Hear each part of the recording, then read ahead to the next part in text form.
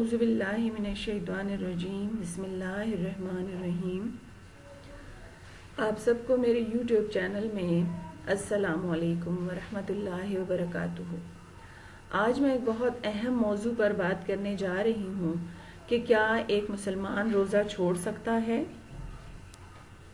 کیا مسلمان روزہ چھوڑ کر فدیہ دے سکتا ہے؟ اگر مسلمان روزہ نہیں رکھتا تو اس کا فدیہ کیا ہوگا اور فدیہ وہ دے سکتا ہے یا نہیں؟ ہم اس کو قرآن و سنت سے انشاءاللہ ثابت کرنے کی کوشش کریں گے۔ جی، فمن كان منكم مريضا أو على سفر فعدة من أيام أخرى وعلى الذين يطيقونه فدية طعام مسكين۔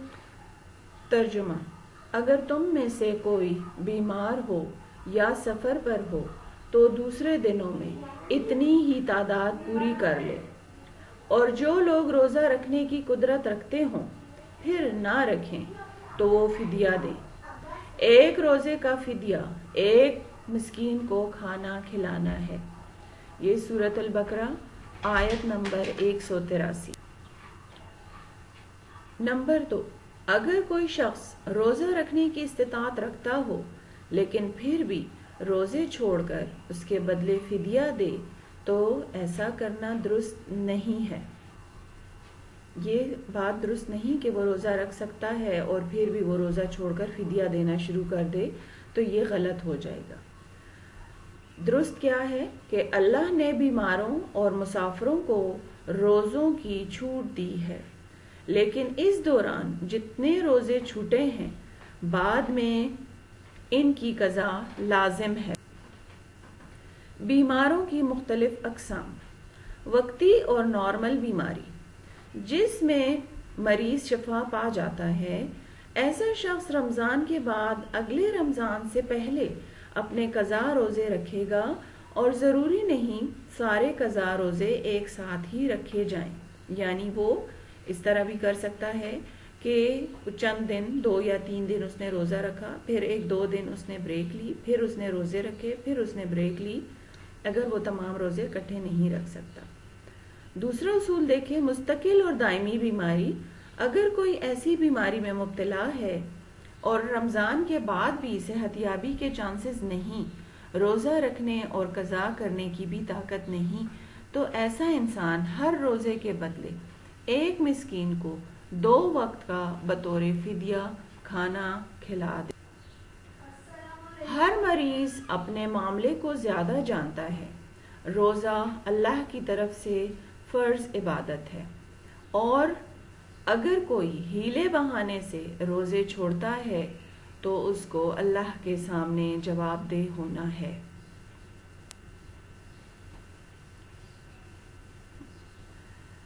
آیت کا ترجمہ ہے، بلکہ انسان خود ہی اپنے آپ کو خوب جانتا ہے۔ سورہ القیامہ آیت نمبر 14 سے یہ ترجمہ لیا گیا ہے۔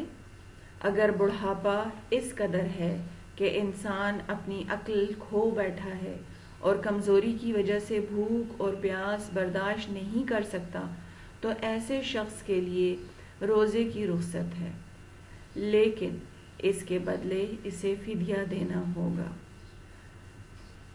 لا یکلف اللہ نفسا الا وسعها۔ اللہ عز و جل کسی جان پر اس کی طاقت سے بڑھ کر بوجھ نہیں ڈالتا۔ سورہ البقرہ آیت نمبر 286۔ انس بن مالک کی آخری عمر میں ایسی کیفیت ہو گئی تھی کہ برداشت نہیں کر پاتے تھے، تو 30 مسکینوں کو کھانا کھلا دے۔ عورت کا حاملہ یا مریضہ ہونا۔ عورت کے لیے حمل اور دودھ پلانا تکلیف دہ مراحل ہیں۔ اب اس میں وہ کن شرائط پر روزہ چھوڑ سکتی ہے؟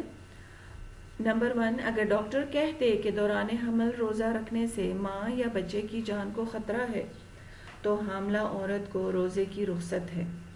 نمبر 2، اگر قضا روزے رکھنے کی استطاعت ہے تو اگلے رمضان سے پہلے تک قضا روزے رکھے گی۔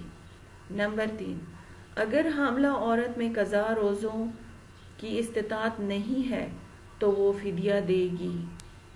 نمبر 4، اگر عورت نے سستی و لاپرواہی کی وجہ سے اگلے رمضان تک روزوں کی قضا نہیں کی تو اہل علم کی بڑی جماعت کے مطابق وہ عورت فدیہ بھی دے گی اور روزوں کی قضا بھی کرے گی، لیکن بعض اہل علم کے مطابق روزے کی قضا کافی ہے، فدیہ دینے کی ضرورت نہیں ہے۔ نمبر 5، اگر عورت کے روزہ رکھنے سے بچے کو دودھ پلانے میں مسئلہ درپیش ہے تو اللہ نے عورت کو روزے کی رخصت دی ہے۔ احنف بن قیس رضی اللہ عنہ کا واقعہ، جس سے آپ کو روزے کی اہمیت کا بہتر طریقے سے پتہ چلے گا۔ احنف بن قیس رضی اللہ تعالیٰ عنہ کو ان کے گھر والوں نے بڑھاپے کی اور کمزوری کی وجہ سے رمضان میں روزے رکھنے سے منع کیا، تو وہ رونے لگے کہ اس سے منع نہ کرو کہ ہو سکتا ہے یہ میرا آخری رمضان ہو اور اللہ نے یہ رخصت دی ہے مگر اس سے منع نہیں کیا۔ جزاک اللہ۔ دیکھیں، اس واقعے سے ہمیں پتہ چلتا ہے کہ اللہ تعالیٰ نے انسانوں کے لیے دین اسلام کو کتنا نرم کر دیا ہے، کتنی انسان کے لیے سہولت رکھی ہے، لیکن ہم انسانوں کو چاہیے کہ اس سہولت سے ناجائز فائدہ نہ اٹھائیں، کیونکہ یہ اللہ نے ایک نرمی کا برتاؤ انسانوں کے ساتھ، مسلمانوں کے ساتھ کیا ہے، لیکن منع بھی نہیں کیا کہ آپ بالکل ہی روزے نہ رکھیں، بلکہ ایک آسانی فراہم کر دی گئی ہے۔ ہمیں، آپ کو اور ہمیں اللہ تعالیٰ اللہ کے احکامات کے مطابق زندگی بسر کرنے کی توفیق عطا فرمائے۔ اللہ تعالیٰ آپ کو آسانیاں عطا فرمائے۔ آپ لوگ مجھے بھی اپنی دعاؤں میں یاد رکھیے گا۔ اللہ حافظ۔